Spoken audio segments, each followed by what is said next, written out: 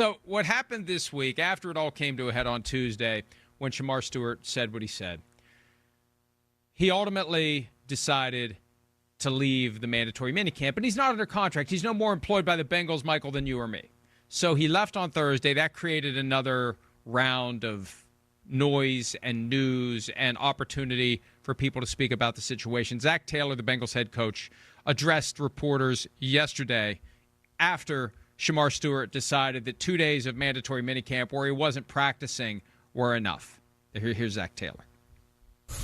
I think for all the rookies, you'd like them to be on the field, but certainly there's things that happen over the course of an NFL career, and this is one of them right now. So he's been in the meetings. He's been positive in that way. He's been learning. He's been a good learner, and we look forward to getting him back on the field quickly. This is obviously a first for you when it comes to a first-round pick. How have you navigated the water? There's a first for everything. You know, it's every year you kind of learn something new in this position, and this is just one of those things that the players have managed really well, and we keep the team moving. And when he jumps on the field, that'll be great for our team. He was pretty critical the other day of the organization. How do you balance that? How do you react to that representing the organization? I think there's education that happens with all the rookies, that we do our best to educate them. Number one, we want to protect our team in our locker room. And so there's some things I understand when there's frustration there, but that's how he chose to do it, and that's his prerogative. And we look forward to getting him back in the fold. He told us that he won't practice unless he signs his contract. So at this point, are you confident that he'll have his contract signed by start of training camp? I'm not going to make any predictions. Yeah, that's the smartest thing he's ever said. Yeah, I love that because one. Nobody knows what the Bengals are going to do. And, Michael, I don't know whether this was deliberate or not because I don't want to give the Bengals credit for anything at this point. But I had somebody yesterday, possibly at the behest of someone with the Bengals, try to push back on me a little bit and say, hey, you know, the language they're proposing for the Shemar Stewart deal isn't really any different from the language in the Amarius Mims deal. That to the extent that Stewart thinks that his future guarantees are going to be wiped out by a default, it really is the same thing in the Mims deal. Okay, fine. Then use the same freaking language. If that's your case, if that's your argument, that the Mims deal as interpreted really does violate and void all future guarantees, then just use the same. Why are you changing the language? If the language already does what you want it to do, why are you changing it? Just use the same thing. So it just tells me they're going to be grasping for anything they can to get Shemar Stewart to relent, and that's victory for them. Getting him to relent and just play football, shut up and play, don't worry about the contract, just sign the damn thing. And the harder they push him to do it, I think the harder his resolve is going to be. Yeah, and I think the harder they push on this issue, and I hope I'm wrong on this, but I think fans will be with the Bengals. Like, if you take the Bengals out of it and just say, like, NFL fans hearing about this, it's legalese. And so fans look at it and say, hey, you're a first-round pick, and they're going to pay you. And if you stay out of trouble, you don't have to worry about anything. Just sign the damn contract.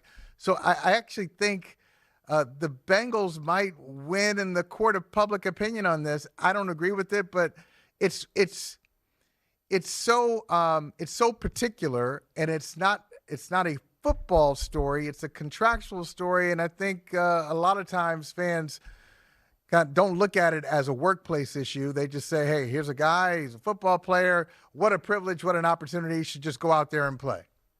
Honor and a privilege. It's an extension of the attitude as it relates to the draft. It's an honor and a privilege to be drafted. No, it's not. It's an honor and a privilege for the team to be able to have access, involuntary access to these high-level, highly skilled employees who, in theory, should be able to go wherever they want. The honor and the privilege is on the team, who can say to a Shemar Stewart, you may want to go play for a less dysfunctional organization. We can force you to come play for us. We can force you into a position where we hold your rights for a year, and there isn't a damn thing you can do about it. So just sign the contract. Accept the honor and a privilege that we have bestowed upon you by requiring you to spend the next 4 years in our employment, even if you don't want to be. And, you know, since we're in the neighborhood of pissing off Bengals fans, I will remind them of a passage from Playmakers,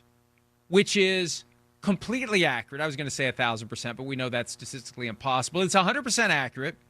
It's well-sourced, and it is the absolute truth. If Joe Burrow was from Athens, Georgia, and not Athens, Ohio, he would have told the Bengals in 2020 to get bent. Period. And they still get mad at me about that. Hey, I don't make the facts. I just share the facts. And the fact is, if Joe Burrow was not an Ohio native, he would have told the Bengals, I'm not playing for you.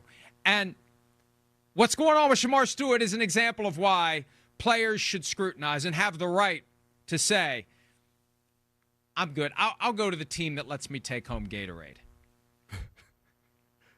They limit the Gatorade. That is beautiful. How are they doing those studies, by the way? How are they doing the NFLPA, the great NFLPA reports on team by team reports? They struggle. They've cracked the code. They don't issue pencils, so they have no way of answering the questions. You got to pay for your pencils. That's right. 24th out of 32, according to Gary. All right, 24 which, hey, 32. Top 80%. I was going to say, there are eight teams worse. You can look at, you got 8 candidates of, you can say, hey, at least we're not as bad as those guys. Wow. Yeah, I demand a recount. And players may feel differently after this. And really, at the end of the day, it's about having an environment where you can get your team ready. We saw it last year. If Jamar Chase is ready to go week 1, if they hadn't screwed around with his contract, and I was told last year that, they promised him a deal, the dollars were right, the structure was awful. There's always a caveat. There's always something being held back. There's always a little bit of a pull the rug out from under you. And even when Chase and Higgins, as I said earlier, did their deals, they still weren't as good as they could have been.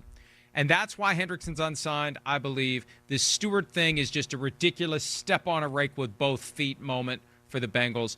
But they're too stubborn to admit it. And I think, Michael, it's just a manifestation of the power that they have. They can afford to say he's wrong and we're right. They can afford to say anyone that says they're wrong is stupid, or we're just going to ignore it. We don't care. Say what you want, because we're going to keep counting our money. And if Shemar Stewart doesn't want to play for us this year, all that money we would have paid to him stays in our pockets. I love Zac Taylor. I'm not going to make any predictions. He knows how business is done there. When he's a former Bengal, when his coaching career there is over, I think we'll get some real stories. Right now, he's too part of the culture to really tell you the truth. But I think they will have him there in training camp. Maybe not at the beginning. He will be there in camp because they need him. They certainly need all the help they can get on defense. Yeah, they need the help. They need the guys there. They need to get Hendrickson done.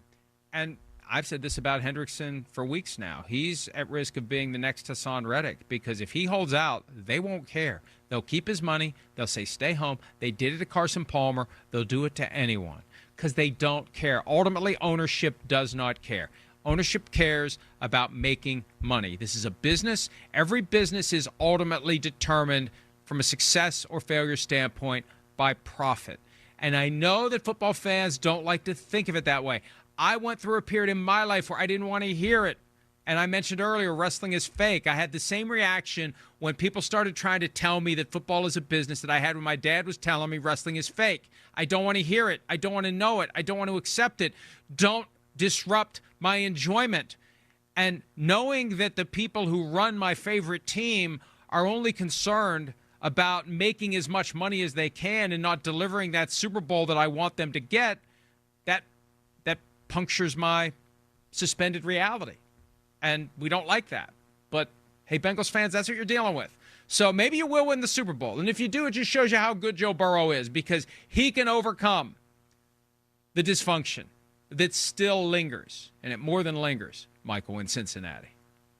Hi, it's Mike Florio. Thanks for watching PFT on YouTube. Hit subscribe for the latest news and analysis from Pro Football Talk.